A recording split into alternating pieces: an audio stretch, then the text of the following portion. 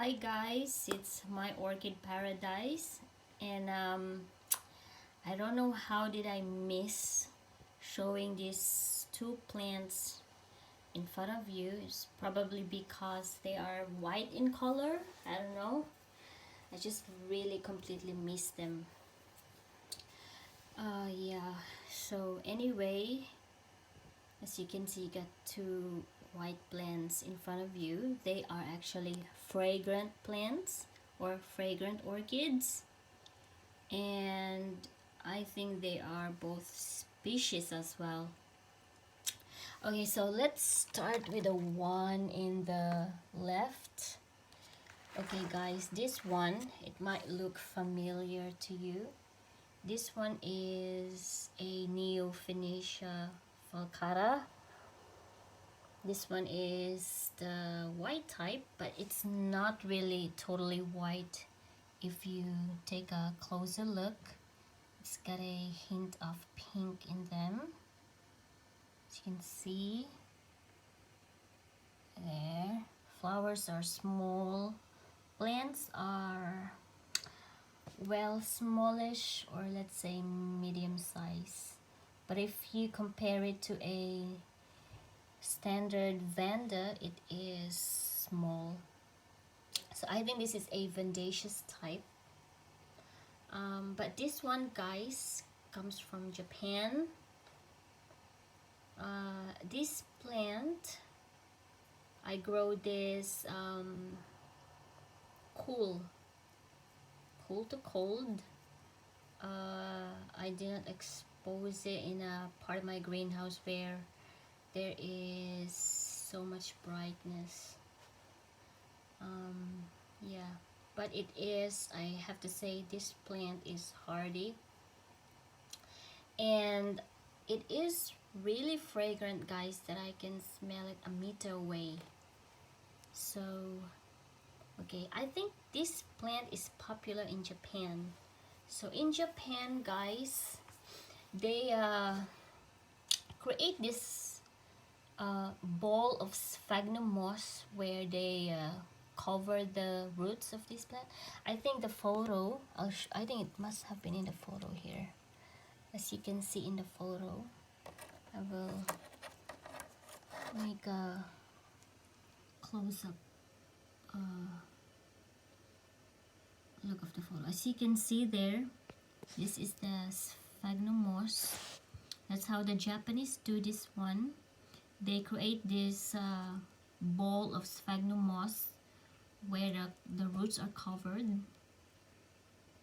and I think they display this outside to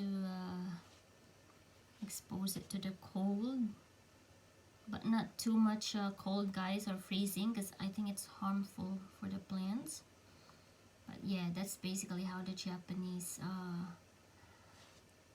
present this plant, but in a sphagnum moss.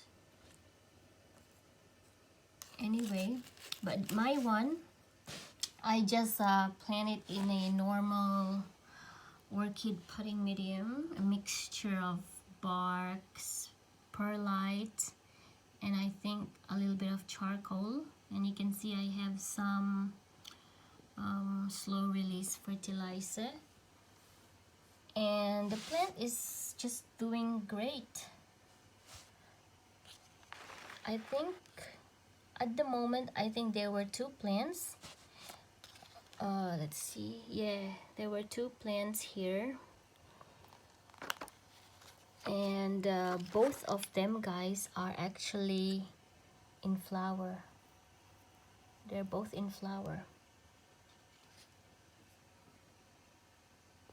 This is the first one here, and this is the bigger one, second one here.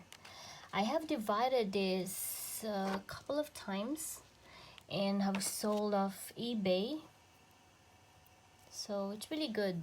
You can just if you want to do a little bit of pocket money, you can just divide your plants and you can just sold.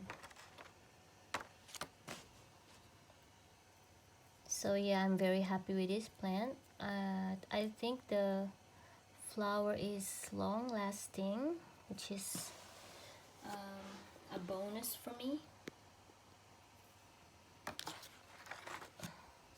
Really nice fragrance. It's I can just describe it as floral fragrance. It's very nice. I'm sure a lot of you have this. It is quite a common plant for orchid growers. Okay, so the next one, guys, is this one. This is called a Brassavola nodosa, or they call it Lady of the Night orchid.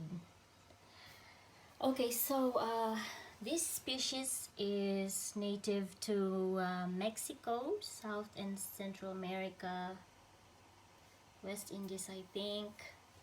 And by the way, it is called Lady of the Night, guys, because the smell or fragrance of this plant or orchid just comes out at night. So now it doesn't have any fragrance to it. And I went to my greenhouse actually in the evening to observe the fragrance of this plant. It has a strong yet not really to my liking type of fragrance. I cannot describe it as citrusy. It doesn't smell like citrusy, although it has a strong fragrance to it. So the smell of this one can be subjective. It's up to you whether you like it or not. But for me, it's not that amazing as I can describe it. But it's not too bad. So yeah. This one grows. It's actually not fussy. It can grow at any weather. So, you know, as I have mentioned in my other videos, we can get as low as 0 degrees Celsius here, or as high as 47 degrees Celsius, and I still have the plant, you know. My greenhouse is my greenhouse has 70% shade cloth during the winter and double during summer. So yeah, and I do not use any artificial cooling in my greenhouse, although I use a heater on the winter because I have plants that doesn't like it very cold. At least I give it a, in the winter, maximum of 10 degrees Celsius in my greenhouse. So yeah, so I got a nice white flower. Yeah, and it has this pencil-like thick foliage. There it is. And anyway, guys, I just have an update with one of the flowers that I showed you before. It's this one here, guys. I've shown this to you. This one is just an update, alright? It's the paphiopedilum Armeni white. I just wanna say something because when I show this, it is only a couple of days when it opened, and there were actually changes that I noticed. The changes are, well, if you notice, in my first video, the flowers or part of the petals and sepal are yellow because this has this is half Armeni white and half Armeniacum, and Armeniacum is, as you can see, is full yellow. That's why it has this yellowish color on its petals and sepals or sepal. But now the yellow coloration is completely gone. There's no more yellow. It is the petals and sepal, and even the pouch is pure white. So yeah, it's weird. And the other good thing that I noticed too is it is fragrant. It is a fragrant paphiopedilum, and as you know, paphiopedilum is not really famous for fragrance, but this one has a subtle scent to it. It's really, it's really pleasing. So yeah, so that's just an update. And look at the flower stem, guys. It's full of tiny hairs.